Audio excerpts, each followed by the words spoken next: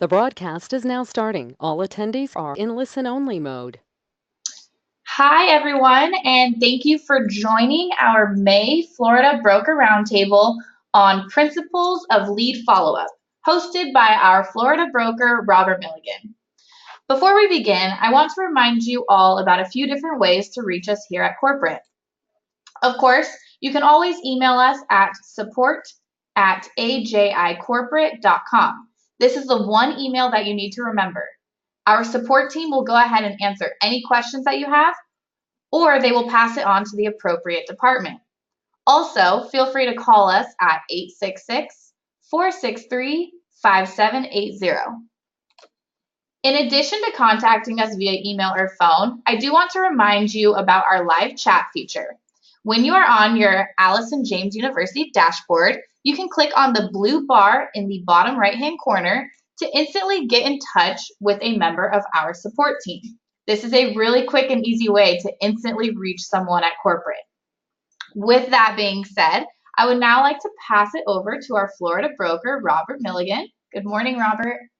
Good morning, Tori. Thank you so much. And thank you all for being here. We're also now broadcasting live on Facebook, which I think is exciting. So whatever the preferred medium is for you for getting this information, I think that's great. So today we're talking about principles of lead follow-up. And it's funny, we were joking in the office a little bit of just silly things that we could say surrounding that. And one of the quotes that come up is, the need to follow up means you didn't do a good enough job the first time. Which obviously, being a little sarcastic there, that's silly. I mean, not everybody's ready to buy or sell a house instantly and make that instant decision, but there's definitely some smart ways to go about capturing business, not for the sake of trying to literally capture anybody, but just ways that you can deliver value. Because my philosophy in this business, if some of you have never heard before, that I feel like is a really great analogy. I feel like, leadership is necessary as a realtor to help people, push through their uncomfortable positions or push through situations that are making them uncomfortable to ultimately get the intended result that they're hiring you for to begin with. It's a lot like hiring a trainer at the gym. Most people, they don't want to do the push-ups, they don't want to run, they don't want to do the stuff that the trainer is asking them to do because it makes them uncomfortable. But obviously, if they want that intended outcome, they need to take that advice, and they need the trainer's leadership to help them push through those periods of discomfort. So same thing that's going on here. I think that if you're smart about the way that you interact with your customers, and obviously you're operating in a place of integrity, that truly your intent is to give great service, help people get what they're wanting, help them get what they're hiring you for to begin with, and you have to have some systems in place that guide them in that process. And that, to me, is what lead follow-up is all about. It's not a matter of trapping people or capturing people or funneling them or treating them like a line on a spreadsheet. It's just it's an efficient means of providing the proper amount of service to just help make sure that they're actually accomplishing the goals that they're setting out to do. So I think that whenever you're thinking about leads, I think that one of the first things that you should do is really think about what is the objective of that particular encounter? What is the intended outcome of each encounter that you're having with the potential lead? And I think that it's going to be a little bit different with each encounter, depending on the nature of it, the source of it. Is it an inbound phone call? Because that's going to be a different approach for me than if it were an internet lead, maybe an email that just come in from, one of the portals that you may be purchasing or getting free leads from. Is it maybe a person that you just met, in person at an open house, a live encounter with somebody? And so I think that, each of those sources are going to create a little bit different of a response, but they're all going to ultimately come down to the same steps, which I'll go over in a minute. And for me, this is all original content. This is kind of the way that I've been doing it for years. And so I don't know if this is in congruency with things that you've heard other places, but this is how I've been doing it. So far, so good. It's been working. So for an inbound phone call, I think that the primary objective, again, going back to what is the outcome that you're hoping for, what's the intended goal. For a phone call, for me, depending on how busy you are, if you're newer in your business, I think that the best outcome you could hope for with a phone call is to set an in-person appointment, an in-person meeting so that you can just get it to the next step, basically. And when it comes to sales, I think if you're newer to sales, if you're not having come from a position of a lot of entrepreneurship in your past, there will be some people that just automatically love you and automatically like you, and there will be some people that just instantly don't like you for whatever reason, and that's totally normal. It's okay. And so when you're in this process, I always say that some will, some won't. So what next? You just got to keep moving on. And the way that I always kind of looked at it, it's like shucking oysters to find a pearl. You might have to shuck quite a few oysters, but when you ultimately find the pearl, that's what you're here for. And so in an inbound phone call, to me, that was just to try to book an in-person meeting of some sort. Maybe that's at the property that they're calling about, maybe that's at your office, so that you can go through the MLS with them and help refine their criteria a little bit. But you're just basically wanting to meet them in person, and then unfortunately, after you schedule that appointment and follow through with it, maybe you come to realize that you're not a good match for each other. That happens all the time. Same thing with an internet lead, especially if it's an email. That I think that the main objective there is to have a phone conversation, and sometimes that can be tricky, as if you've paid for internet leads from Zillow or Realtor.com or what have you.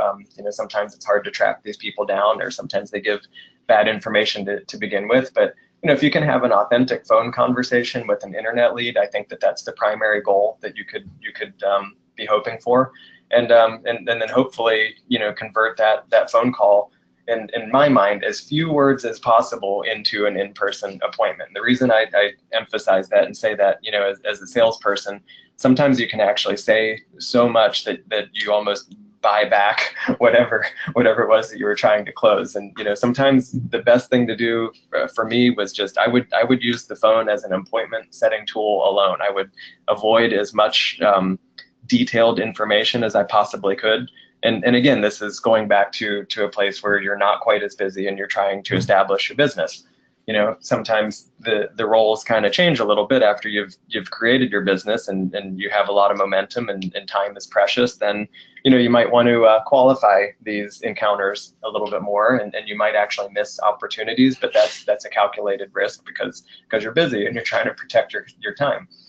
Then, another way that you might get leads is a person that you've physically just met at an open house, which I personally like. I do believe in open houses. I've built my business in the beginning primarily with open houses because, again, some people will just instantly like you, some people won't. Some people will walk in and their preference is to work with a female agent or a male agent or whatever have you. People just have these natural biases. And so I think that it's great whenever you can meet somebody in person at an open house.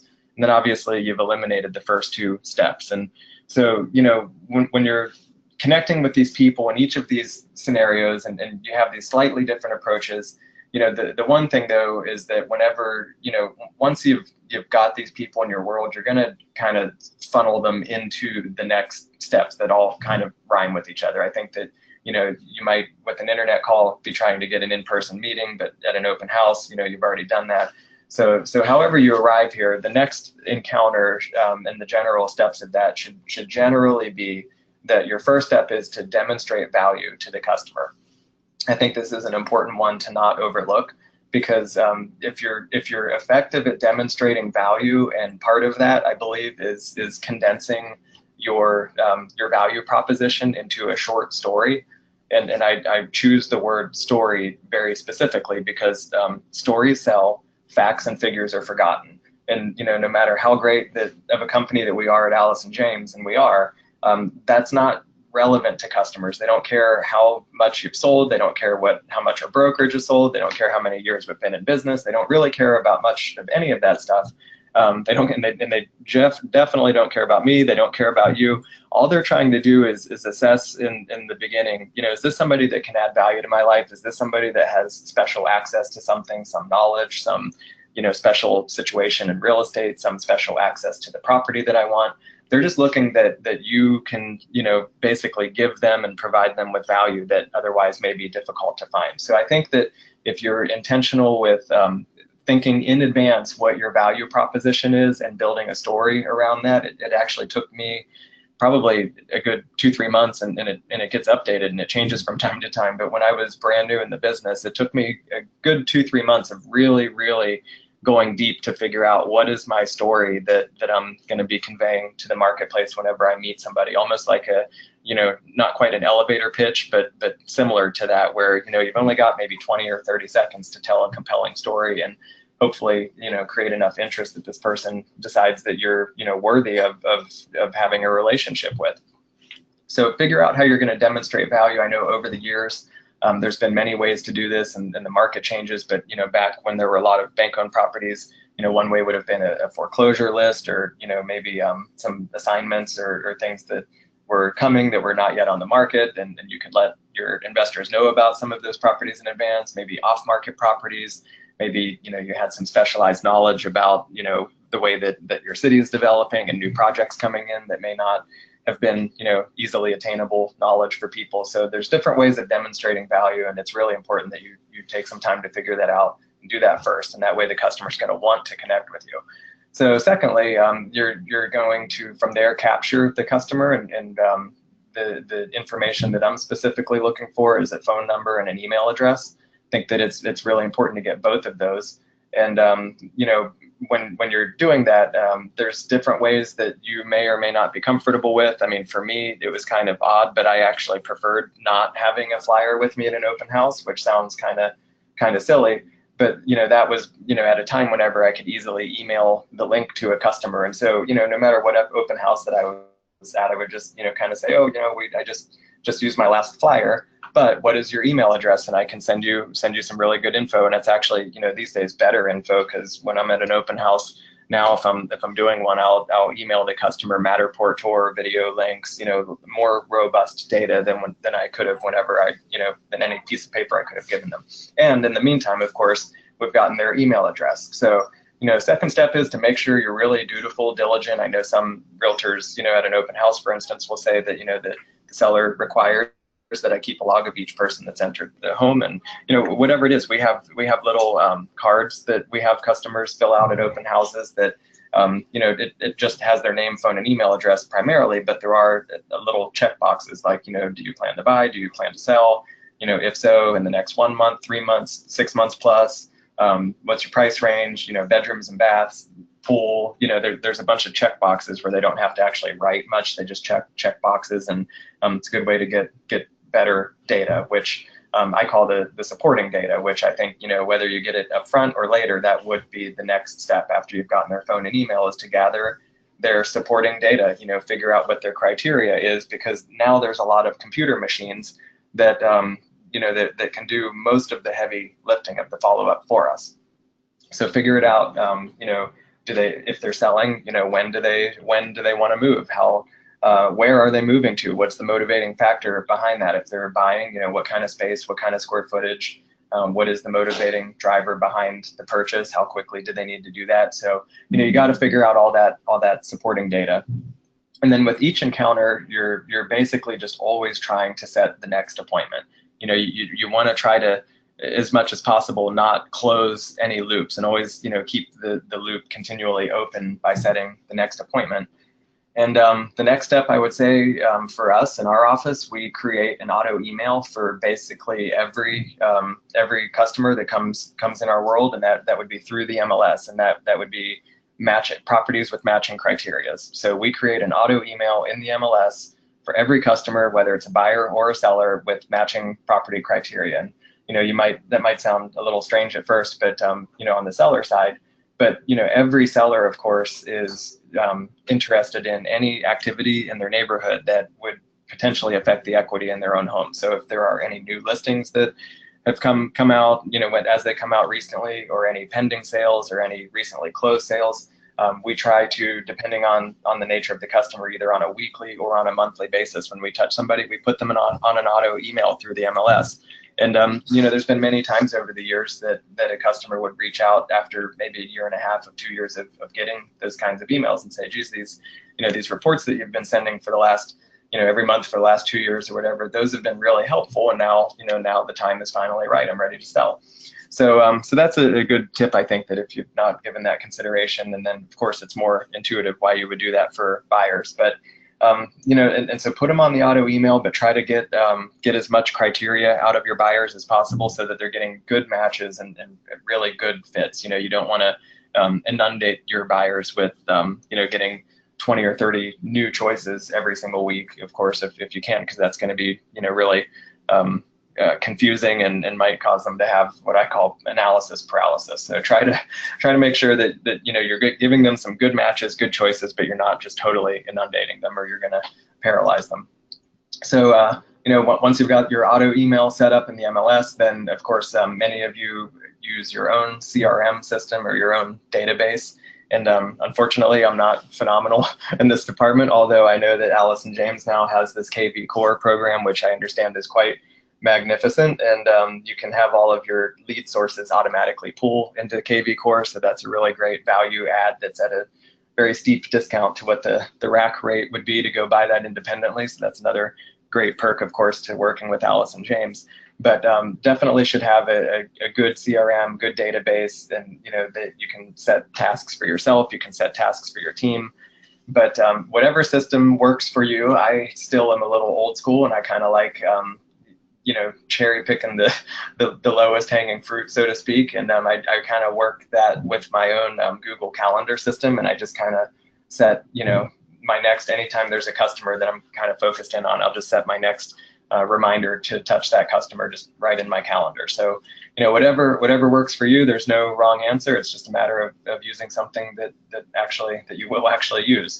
So that's pretty much most of the steps here. But I think that if you're looking for a gauge of how frequently you should be touching somebody, most experts say that it's at least 10 times kind of early in that encounter to establish contact. So at least 7 times where you're proactively reaching out, trying to establish contact. And I mean, I kind of joke, and of course this is off the cuff a little bit, and I'm not being serious, but I always joke with our agents, you need to get either a listing or a restraining order whenever they're booking a listing appointment. And what I mean specifically by that would just be that you're passionate about the fact that you really are confident that if they were to list with any other company, any other agent, that the seller's making a mistake, that you're not going to take the first surface no whenever, because everybody's got a silly surface no, and you have to push through that surface no, and you have to of course first be confident that your marketing is truly the best that seller could possibly get, your representation, your service, your understanding of the contracts and negotiating on their behalf. You have to be really confident that you are the best choice for that seller. And then when you are, it's easy to follow up to, because I can't tell you how many times over the years, and with some coaching and things I've done with different agents where they got a surface no on the phone with the seller to say, oh yeah, I've already chosen somebody, I've already I'm all set, I don't need any service, thank you for reaching out though. And then if you're just confident and you just push back a little and just say, well, have you actually signed a listing agreement yet? Be surprised how many times the seller says, no, I haven't signed it. And then if you're confident, well, that's great, because I think that it would be an unwise decision for you to proceed until at least you've seen what I have to offer, because I would highly doubt that there's anybody else that can contribute the same amount of value to your mission and your situation here as I could. And so, I think that, lead follow-up is important, but also just being confident and pushing through surface no's, that's equally important, if not more so. So I think 7 times is a reasonable number. And, that's why I said get your appointment or get a restraining order comment, because 7 times might feel a little bit aggressive to some of you. But again, we're not hounding people. We're not, we're acting in a truly professional, classy way. But if you believe that you've got a gift to give somebody and that they are really making a terrible mistake to not speak to you or not have that appointment with you, then it makes it a little bit easier to get your touches out of the way. And you got to bring yourself into that mental state that you do truly believe that you are the best option and they must speak to you. So I think each encounter has a close whenever you're thinking about what's important for each meeting, what's important for each time that you pick up the phone to call somebody. I think that it's important in advance as much as possible to know what the intended close is. Should your next encounter, should that be to get the next appointment set? Should your encounter here that you're about to have, is that going to be just simply instilling enough confidence in the customer so that they can put the pen to paper and buy or sell a house? And there's always a succession of closings. I mean, even after you've listed a home, it's not like the game's over. That's really just the beginning.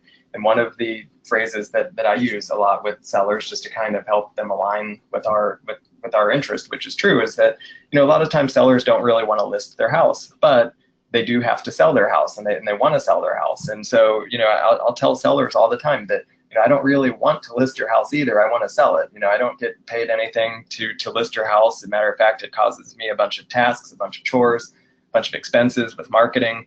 So I'm here to sell your house, but unfortunately, in order to attain maybe the price that you're trying to attain, we need proper marketing, and listing is a necessary step.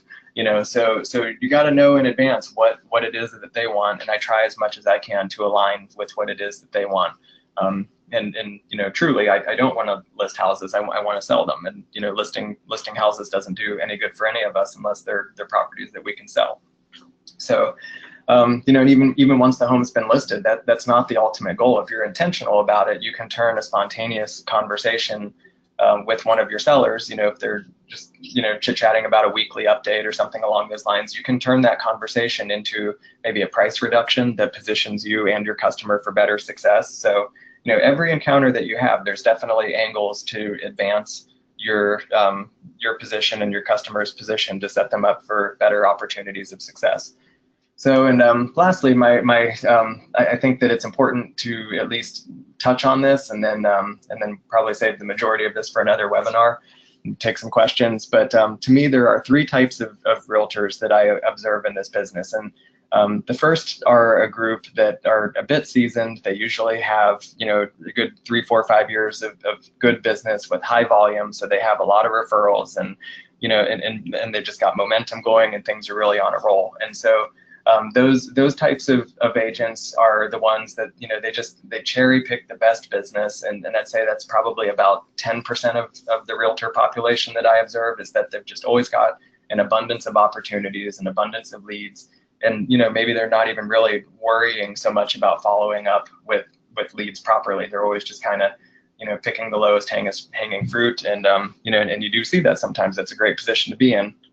Next is the type of an agent who run their business extremely business-like. They capture and process everything like a precision machine, and these people are unicorns. They're extremely rare. You don't see it very often, but oftentimes in the top 10% of any realtor base in any given market, there's at least one of these people that there's no ego.